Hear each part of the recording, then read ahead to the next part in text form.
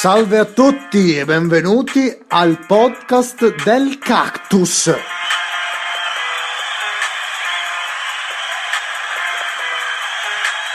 Io sono Benny, ragazzi. E io, come di consueto, sono sempre Sonny.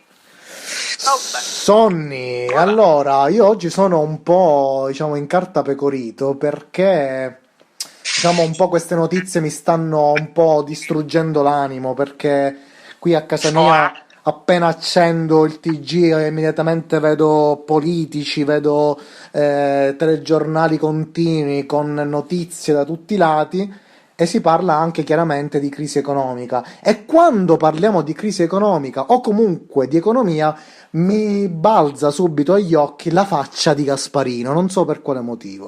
Forse perché ultimamente abbiamo parlato con loro, con sia Gasparino, quindi Giuseppe, il nostro caro Giuseppe, e il nostro caro Nicola. Può essere di sì. Ma comunque, in ogni caso, Sonny, vuoi aggiungere qualcos'altro prima di andare proprio al clou della puntata?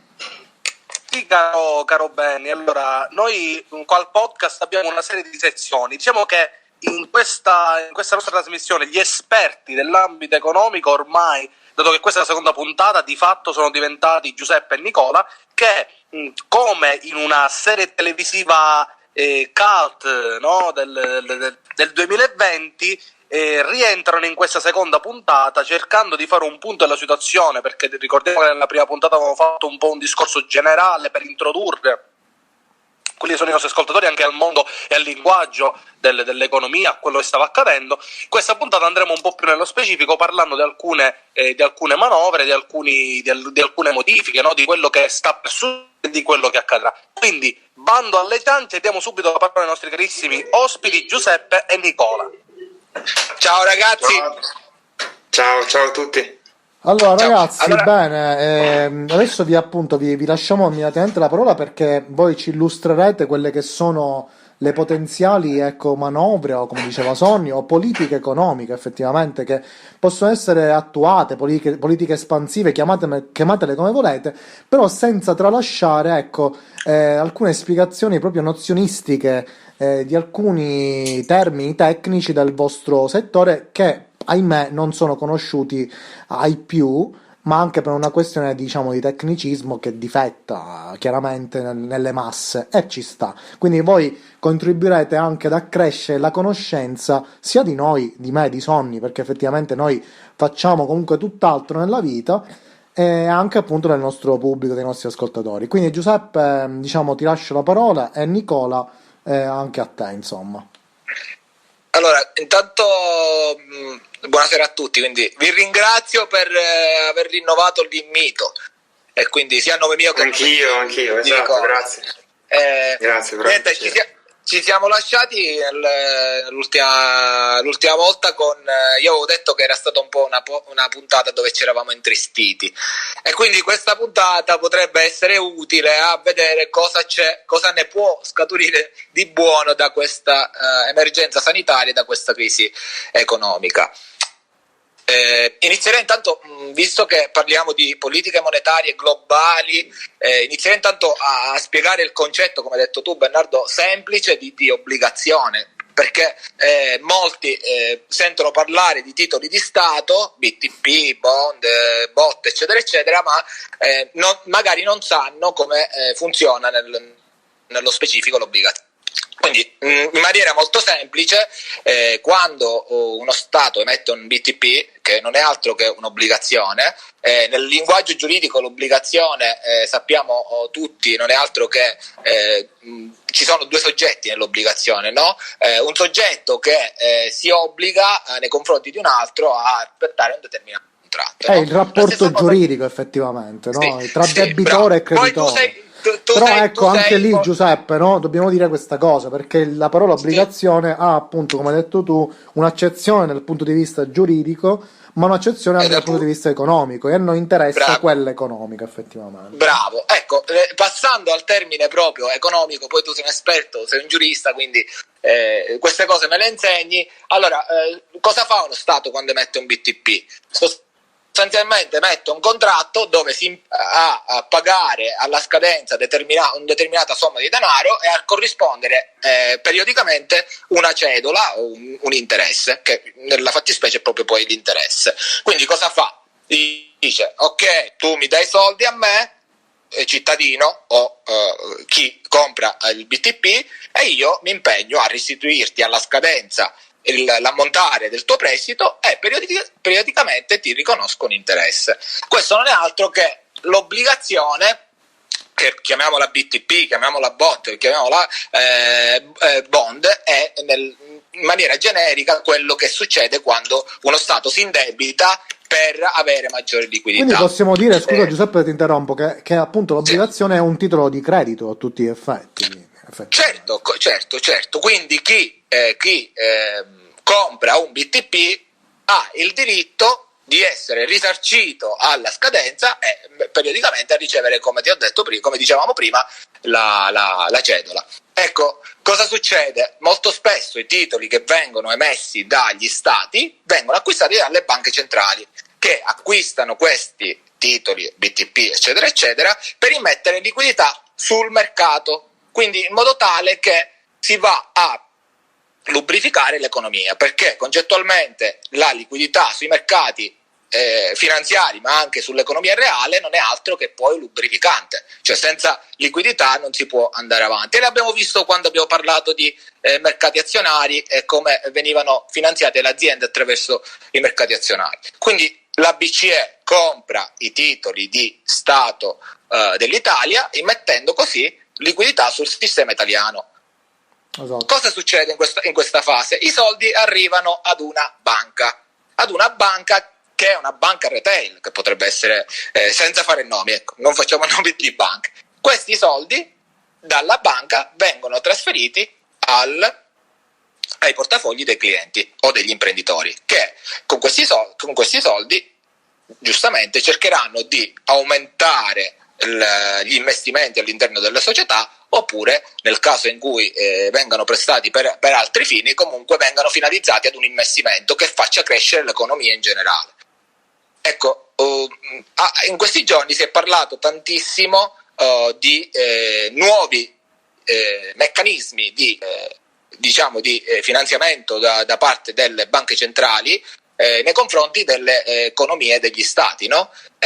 Abbiamo sentito parlare tantissimo, e poi questo magari ce lo spiegherà tra un po' meglio Nicola, del famosissimo helicopter money.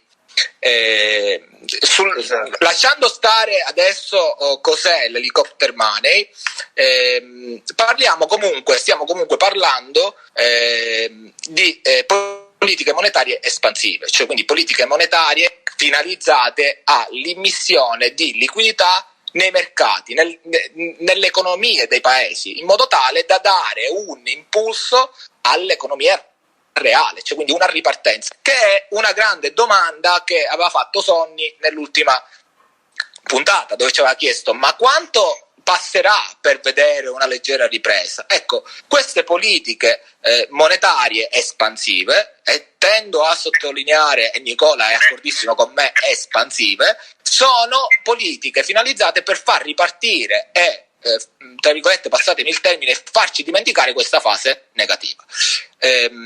Esistono tantissime politiche monetarie espansive. Una di queste, che adesso ci spiega Nicola, è appunto l'helicopter money. Esatto. Allora, come ha spiegato benissimo Giuseppe, quando si verifica una crisi, i governi, quindi uno Stato e una banca centrale, prendiamo ad esempio il caso singolo, ok?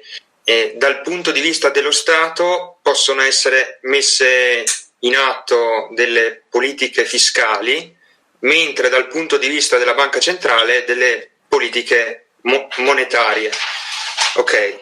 Quindi le azioni che possono essere messe in campo sono di due tipi, entrambi in un momento di crisi come il nostro sono attese a essere di tipo espansivo. Quindi in generale lo Stato e la banca centrale, nel nostro caso l'Italia e la banca centrale europea, si stanno muovendo con politiche di tipo espansivo. Espansivo significa che in qualche modo si impegnano a fornire aiuti, un aiuto ai soggetti economici di tutti i tipi che intervengono nell'economia, siano essi persone fisiche o imprese, società. La politica, quindi, allora, due tipi di politiche fiscali e monetarie. Conte in questi giorni sta parlando di vari tipi di politiche fiscali. La Lagarde o comunque per la Fed Powell stanno parlando delle politiche monetarie, quindi di aiuti espansivi che potrebbero essere messi in campo per aiutare cittadini, società, ecco. Un tipo di politica monetaria di cui si sta parlando in questo periodo è appunto l'helicopter money, che in realtà, come anche ne ho parlato con Giuseppe negli ultimi giorni, è un termine un po' abusato, come dire, perché è un termine abbastanza semplicistico e un po' confusionario, ma in realtà vuole dire una cosa molto chiara: trasferimento di denaro diretto dalla banca centrale ai cittadini, ok? Quindi senza passare, in teoria, per com'è la definizione più stretta, per il tramite di stati o di banche commerciali, banche retail, ecco. E questa banca, stiamo parlando della banca, cioè qual è questa banca centrale? Io sono il super profano, quindi io ti faccio le domande. Quindi questi soldi da dove arrivano? Allora, per come il termine, diciamo, è diventato famoso nell'ultimo periodo, la banca centrale, non lo so, Banca Centrale Europea oppure Federal Reserve, se si parla degli Stati Uniti, dovrebbe fare dei bonifici, dei trasferimenti di denaro direttamente ai cittadini europei che hanno valuta, che hanno i soldi in euro, oppure americani che hanno i conti correnti in dollari. Scusami Nicola, e quindi questa metodica, no, non si può applicare a quegli stati che non hanno l'euro sostanzialmente? Allora, io ho fatto l'esempio della Banca Centrale Europea e della Federal Reserve, ma ovviamente una politica simile può essere attuata da chiunque in qualsiasi momento. Okay. Però ecco, quello che è successo negli Stati Uniti nell'ultimo periodo non è in realtà propriamente helicopter money, perché i trasferimenti di denaro sono avvenuti dal governo, dal governo federale statunitense ai cittadini.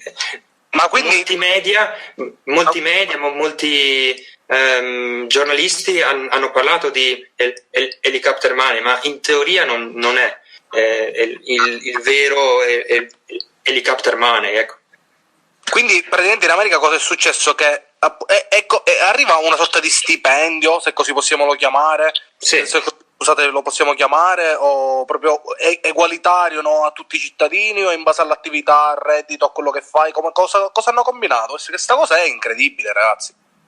Credo che ci siano stati delle condizioni a questo trasferimento di denaro, come un limite al reddito annuale e altre condizioni. Però ecco, è stato universale, ecco. Pazzesca questa cosa. Giuseppe, stai dicendo qualcosa? Sì, stavo pensando una cosa, adesso non voglio fare quello che ce l'ha con gli Stati Uniti, però Sonny, bisogna puntualizzare una cosa, che gli americani forse da secoli sono bravi a far trapelare solo quello di positivo che c'è. Certo. Quello che ci siamo chiesti io e Nicola è la finalità di tale manovra, cioè nel senso, questi soldi, che poi è il dibattito che c'è ad oggi in Europa sul recovery fund, questo tipo di finanziamento che è chiamato in questo modo, che a me non piace perché sono abituato ad altri nomi che citava Mario Draghi, allora che fine ha? Cioè, il fine qual è? Pompare liquidità, ok, ma dopo i cittadini dovranno restituire questi soldi o sono a fondo perduto? È un grande dibattito che è ancora aperto. Cioè Quindi questa cosa non è stata, non si sa. Cioè, non si allora, sa bravo, ci sono pareri discordanti. C'è il più tra virgolette americano di turno che ama la patria e quindi dice che sono a fondo perduto, alcuni sostengono che non lo siano, e quindi bisogna capire e questo lo potremo capire solo una volta finiti i giochi, no? Giuseppe, ma non dovrebbe comunque essere questa cosa pattuita prima? Cioè, nel senso, io prima che comunque ricevo dovrei sapere. Allora, sulla carta sono a fondo perduto, sulla carta. Però lo so, non voglio fare complottista, ho detto l'ultima volta, però bisogna poi valutare nel caso specifico cosa succederà dopo. Un conto è dire ok, qui c'è tanta liquidità, utilizzatela eccetera eccetera come volete, un conto è dare dei soldi lasciando un punto interrogativo che poi si vedrà, ecco. Quindi diciamo che, scusa Giuseppe, l'immaginario, ecco, che si ha di questa politica, oltre a essere quella appunto dell'elicottero, no, che butta i soldi dal cielo, un po' alla Casa di Carta, come mi dicevi tu. Sì, come mi dicevi, dico, oltre a questo immaginario, no, dell'elicottero che butta i soldi dal cielo, come dicevi tu nel briefing, Sì. no? Come nella Casa di Sì. Carta, sarebbe più ipotizzabile immaginare l'elicottero inteso come appunto elicottero col pene, no? Diciamo, questo immaginario un po' buffo, Cosa? un po' poco chiaro, ecco. Sì. Volevo smorzare la tensione, sì, ok. Sì, no, era per dire che è una fregatura. A dire che è una fregatura. Quando tu non sai cos'è l'elicottero col pene, scusami, Tony? No, lo so, Ok, bene, lo so. bene. Ora l'ho capito. Però non fare bordello con i tuoi microfoni, Sonny. Sì. Sì. Ecco, quindi questo tema è un tema attualissimo, anche è il motivo per il quale ne stiamo parlando, no? E quindi bisognerà vedere alla fine, perché è facile dire un trilione, diamo un trilione, poi vediamo. Allora, sulla carta, su quello che noi abbiamo diciamo le notizie che abbiamo sono pari a tutti, cioè nel senso non è che noi abbiamo notizie privilegiate. Sembrerebbe che questi fondi che vengono distribuiti con questo elicottero stile Casa di Carta, come dice Benny, siano a fondo perduto. E mi auguro per gli americani, che sono, ricordiamolo a tutti, il popolo più indebitato a livello ad personam a livello mondiale, sono quelli che si indebitano di più, perché si indebitano per la casa, si indebitano per la macchina, si indebitano per il college, si indebitano per fare investimenti in finanza. Quindi sostanzialmente sono il popolo, e lo sanno tutti, sono il popolo più indebitato sotto questo punto di vista a livello ad persona. Quindi praticamente in America i consulenti finanziari sono tipo, cioè è il lavoro della vita praticamente, no? Fare il consulente finanziario in America significa che sei milionario. Praticamente sì.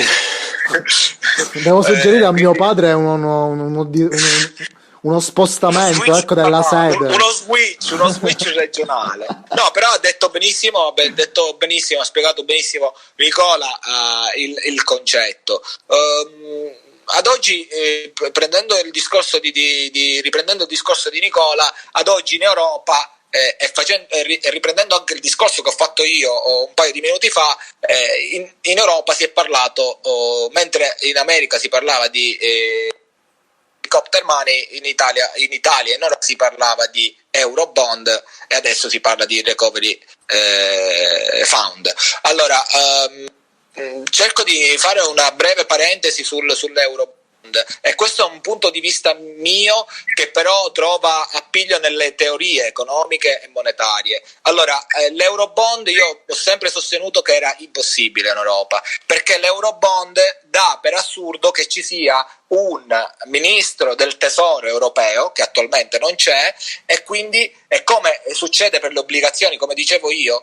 Qual è il motivo per il quale uno Stato si indebita? Si indebita perché mette come garanzia il suo potere sovrano di poter tassare. Cioè, quindi io Stato dico ok, io metto questi titoli di Stato e ho il potere sovrano di tassare. Quindi questa la fiscalità sostanzialmente. Quindi. E infatti, come ha detto benissimo Nicola, ci sono politiche fiscali, perché io mi debito e ti dico a te che mi stai prestando dei soldi, io ho il potere sovrano di tassare, quindi ho la garanzia di poterti pagare. Un po' come quello che succede quando tu chiedi il mutuo. Vai a chiedere il mutuo, metti a garanzia la tua capacità di restituire soldi perché se hai uno stipendio o hai un fatturato, se sei un libero professionista annuo, e soprattutto metti un'ipoteca sulla casa, perché è un'altra garanzia che la banca chiede. Allora, quando la banca emette titoli di Stato gli viene chiesta una garanzia. In questo caso la garanzia, oltre alla corretta spesa pubblica, è quella di poter tassare diciamo il popolo, ecco, chiamiamolo così. Quindi cosa succede? Siccome non c'è un ministro del tesoro europeo e non c'è una politica fiscale europea coesa, esatto. Allora si poteva ben capire, non ci voleva aver fatto il dottorato in chissà quale università, si poteva ben capire che l'Eurobond, non dico che era impossibile, perché sappiamo che poi di impossibile non c'è niente, ma era altamente improbabile. Adesso non voglio dire io te l'avevo detto, ma io comunque l'avevo scritto un po' di tempo fa che gli Eurobond non sarebbero mai stati accettati da nessuno perché era impossibile. Ora, quindi tagliata questa possibilità di poter finanziare ma guarda Giuseppe, scusa ti interrompo, scusami, è un po' sì. Ecco è quello il problema principale dell'Europa, possiamo dire, che è un problema di fatto ecco anche fisiologico per come proprio è formata l'Unione Europea, no? Cioè quel deficit che abbiamo sempre riscontrato in Europa, che però appunto non è una cosa necessariamente negativa, perché comunque gli stati non hanno mai rinunciato appieno alla loro sovranità e ciò non ha creato effettivamente gli Stati Uniti d'Europa, quindi possiamo dire che la fiscalità, come anche, non lo so, un altro esempio potrebbe essere ecco, un esercito europeo, tutto ciò manca in Europa, non c'è mai stato, non è mai stato neanche, diciamo, nei piani originali. Poi chiaramente questa cosa si è evoluta, questo concetto, ma attualmente in effetti, come dici tu, è realizzabile ad oggi con una mancata coesione dal punto di vista della fiscalità, appunto, cioè sarebbe impossibile farlo adesso, cioè. Quindi Allora, concordo. questa poteva essere l'occasione, visto quello che era successo nel 2010, quando si era creato Salva Stati, che ad oggi viene chiamato il MES, già ne avete parlato, poteva essere questo un momento per, tra virgolette, abbattere quei pilastri che si erano È formati vero, è attorno vero. E lo diceva anche il nostro caro Ciccio Camonito di questa sì, cosa. sì, sì. Esatto, sì, sì. Quindi c'era la possibilità, ecco perché ho detto non impossibile, però altamente improbabile. Cioè, quindi cosa succede? Che in questo momento, a livello concettuale e teorico, tutti gli stati, avendo un ministro del tesoro europeo, dovrebbero, tra virgolette, rinunciare a quel potere sovrano Esatto. di poter tassare. Esatto. Tu capisci benissimo che la Germania o l'Olanda, considerato non un paese offshore ma quasi, no, non sta bene questo tipo di ragionamento, perché giustamente se si ha una politica fiscale europea, giustamente ti devi allineare un po' ai canoni e alle medie europee, e quindi sotto questo punto di vista era facilmente intuibile che era una cosa altamente improbabile, ecco, come hai detto tu. Quindi l'unica soluzione che ad oggi non sappiamo che fine e dove ci porterà è questo Recovery Fund, che non è altro che un fondo dove attingeranno capitali gli stati più colpiti, e non si sa ad oggi se questi capitali a cui l'Italia nella fattispecie attingerà dovrà restituirli in quota capitale, quindi io prendo 100 miliardi, ne restituisco 100 miliardi con gli interessi, oppure se dovrò restituire solo gli interessi, quindi prendo 100 miliardi, restituisco il 10% degli interessi, supponiamo in 10 anni, e ti darò 10 miliardi. Questo è tutto da vedere nella prossima riunione che ci sarà, quindi su questo non possiamo tra virgolette esprimerci, però io una mezza idea ce l'ho, e magari poi magari ve la dirò, non la dico oggi, però una mezza idea me la sono fatta.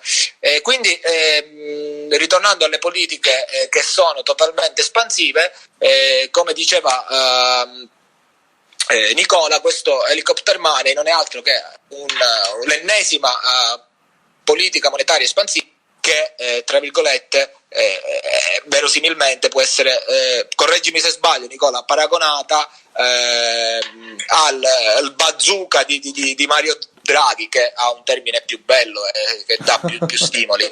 Forse perché l'ha detto Mario Draghi io ho profonda stima nei confronti Sì, Più che altro perché Mario Draghi, ecco, fa sorge anche il confronto, no, con l'attuale signora del male, la cara Lagarde, no, cosiddetta, no? C'è chi dice addirittura che sia satanista, insomma, questa cosa la ripetiamo spesso ultimamente, chissà se è poi vero. Per le sue famose spillette, tra l'altro, ragazzi, fate questa ricerca, non so, avete mai visto le spillette della Lagarde che c'ha tipo questa sorta di 666? Comunque Nicola, lascio la parola a te, chiaramente, che ne sai di più. Sì, no, nel suo senso più ampio, helicopter money, come cioè, come il concetto è stato introdotto storicamente, sembra quasi che voglia stare ad indicare una politica monetaria espansiva in generale, quindi la banca centrale che si occupa di acquistare titoli, siano essi di un governo o di una banca oppure dei cittadini, ecco, nel suo significato più stretto, in qualche modo che si è diffuso nell'ultimo periodo, sembra che sia un trasferimento diretto dalla banca centrale ai cittadini. Come diceva Giuseppe, rimane da capire se questo trasferimento è un credito nei confronti dei cittadini oppure un prestito. Quindi c'è l'obbligo da parte del cittadino di ripagare questi soldi in un secondo momento oppure no, e questo si riflette sul bilancio della banca centrale in maniera diversa. Però qua andiamo nel dettaglio, però secondo me è molto interessante vedere anche la banca centrale come una società come tutte le altre, con il suo bilancio, ok? Quindi con attività da una parte e passività dall'altra, e diciamo che a seconda che questi trasferimenti siano essi un prestito oppure un trasferimento a fondo perduto, questo si rifletterà diversamente sul bilancio della banca centrale, perché fino ad ora il bilancio di una banca centrale ha sempre visto solo prestiti, quindi un prestito a governi, un prestito a banche e via dicendo. Ecco, helicopter money nel suo senso più ampio, come dicevo prima, può essere paragonato al bazooka di Draghi, al suo whatever it takes, perché in generale è un tentativo, no? di espandere gli sforzi della banca centrale e iniettare liquidità nel mercato finanziario e nell'economia in generale, tentando sperando che il fatturato delle imprese e il reddito dei cittadini in qualche modo si riprendano, ecco. Posso fare una precisazione, Benny e Sonny? Certo. Visto che abbiamo detto di cercare di essere, quando Nicola parla di whatever it takes, che è una politica che non è mai stata attuata, è soltanto, ecco la differenza poi tra Lagarde e Draghi. Mario Draghi pesa le parole, sa quando dirle, la Lagarde para a raffica, a volte ci azzecca, a volte no. Ci ha azzeccato quando ha detto ultimamente che comprerà i titoli di Stato di qualsiasi paese, anche quelli denominati jungle bond, non entriamo qui poi troppo nel dettaglio, però altre volte... Comunque hanno una fantasia gli economisti incredibile, utilizzano sempre questi linguaggi molto assurdi. Sì. Ma anche però, questo Whatever It Takes è un riferimento alla canzone degli Imagine Dragons oppure no? No, lo sai che questo non lo so, però no, penso di no. È stata una frase intimidatoria fatta da Mario Draghi, sì, tra virgolette ai furbetti della finanza e al mercato e al mondo in generale.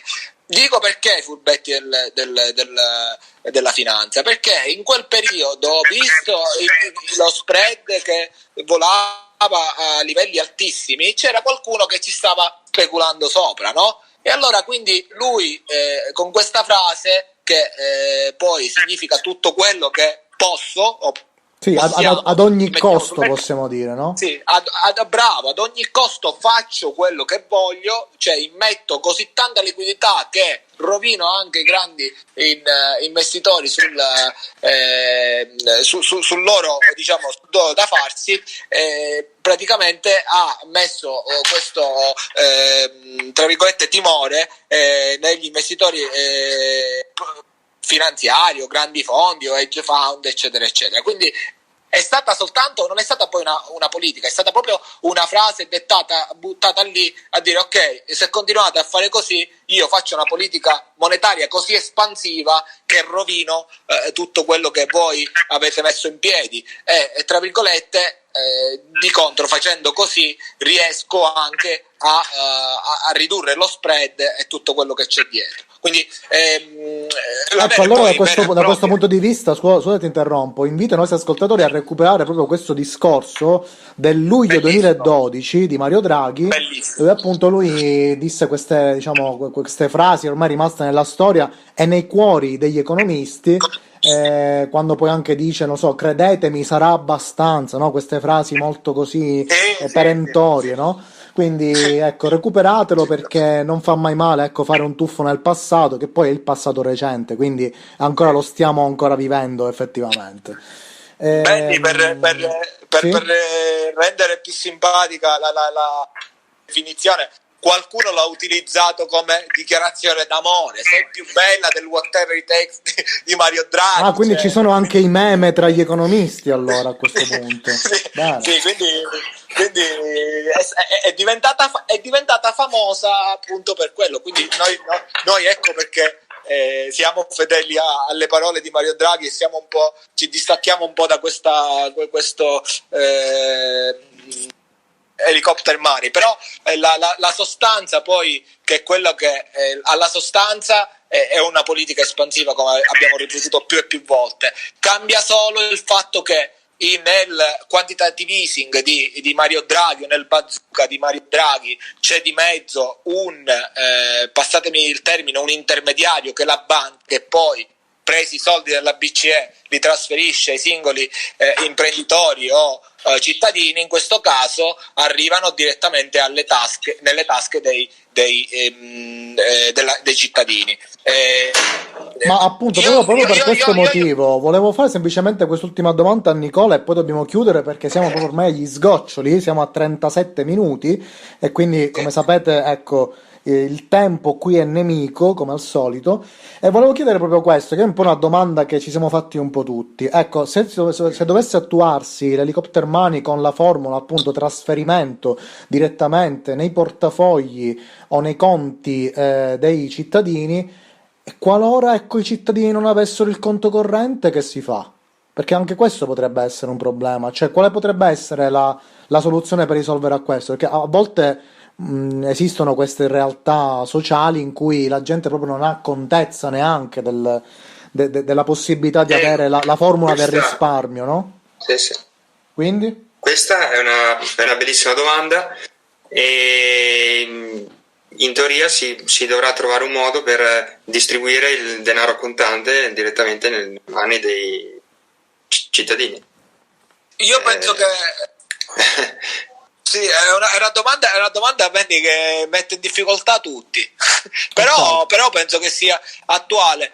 Io rifacendo a quello che sta succedendo con l'INPS e i 600 euro, penso che la gente appena sente soldi il conto corrente se lo fa. Scusate, ma sti 600 euro sono pochissimi. Sonny, Sì, appena hai sentito 600 euro sei spuntato, eh?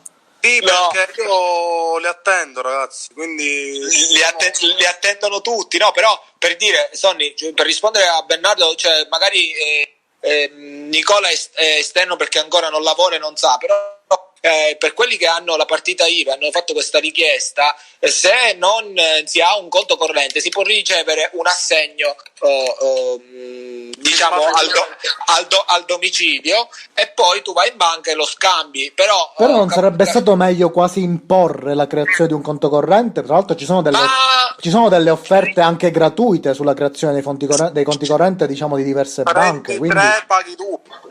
sì, ma penso che poi non lo so, ti dico il mio, poi vediamo cosa dice Nicola. Secondo me sì, perché viste le limitazioni della circolazione del contante, se a me arrivano dall'helicopter money 10.000 euro non posso prendermeli cash, quindi per forza di cose è un po' Giuseppe la stessa polemica che io ho sempre ogni anno con i miei amichetti, tra cui c'è anche il caro Sonny, sul discorso del POS, no? Cioè io mi imbestialisco troppo quando manca il POS in un'attività commerciale. Scusate, ascoltatori, per smorzare un attimo.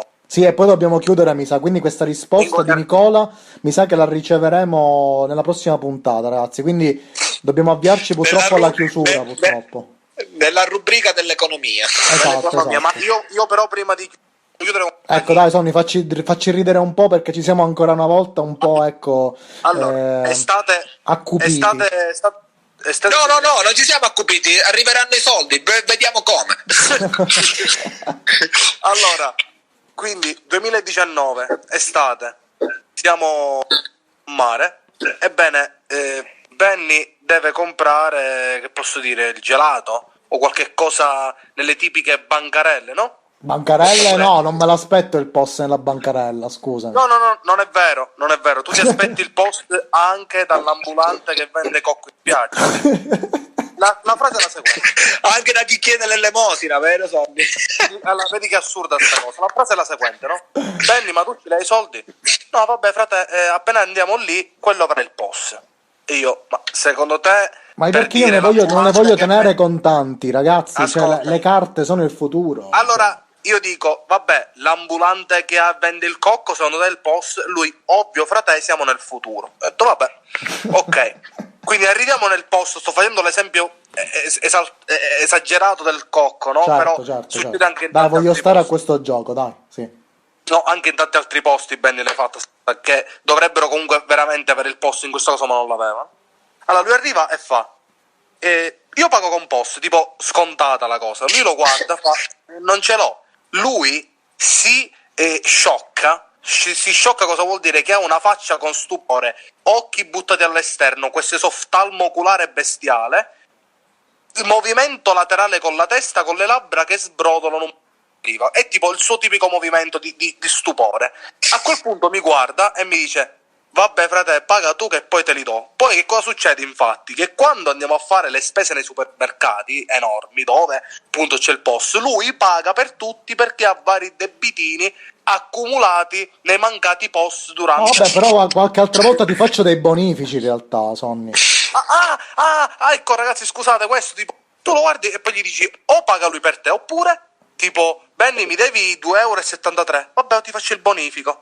Questo è la Ragazzi, storia. ovvio, allora ragazzi, questa è una cosa assurda, Sto perché io mi dicendo, chiedo, ma com'è possibile che la gente vada ancora alla posta a ritirarsi la pensione? Com'è possibile che ancora la gente per fare una ricarica telefonica deve andare dal tabacchino? Ragazzi, io non ci Benny, posso credere a questa cosa, ragazzi. ascoltatori, non Voi, criticarli. voi basta che abbiate una banca seria con tutto un sistema di app che vi permette di avere, ecco, il monitoraggio Stai facendo pubblicità. del vostro patrimonio. Non sto facendo nome di nessuna banca, quindi ormai tutte le Ecco la- banche serie hanno e Giuseppe può confermare, giusto?